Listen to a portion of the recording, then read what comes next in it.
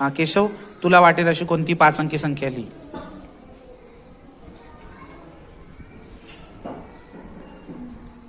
45,427 ही केशवने लिहिलेली संख्या आहे.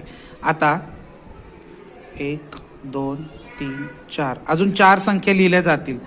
त्याच्या आधीच मी इथे उत्तर लिहित आहे. उत्तर असेल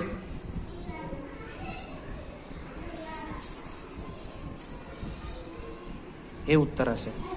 तू आता इथे अजून एक संख्या लिही, तुझ्या मनातली जी वाटेल ती.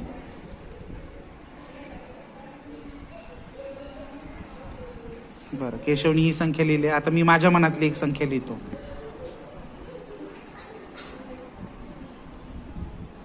अजून केशव, तुझ्या मनातली कोणतीही 5 अंकी संख्या खाली लिही.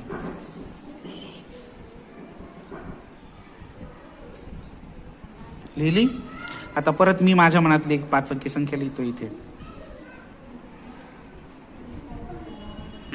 आणि जर आपण या सगळ्या संख्यांची बेरीज केली तर उत्तर हे येतं. बघा, 9 आणि 1 10, 10 आणि 10 20, 7 27 7, हातच्याला 2. परत 10 आणि 10 20 आणि 4 24 4, हातच्याला 2. 10 आणि 10 20 आणि 7 26 6, हातच्याला 2. 10 10 20 आणि 7 27 7, हातच्याला 2. 10 10 20 आणि 6 26. अशा पद्धतीने उत्तर येतं.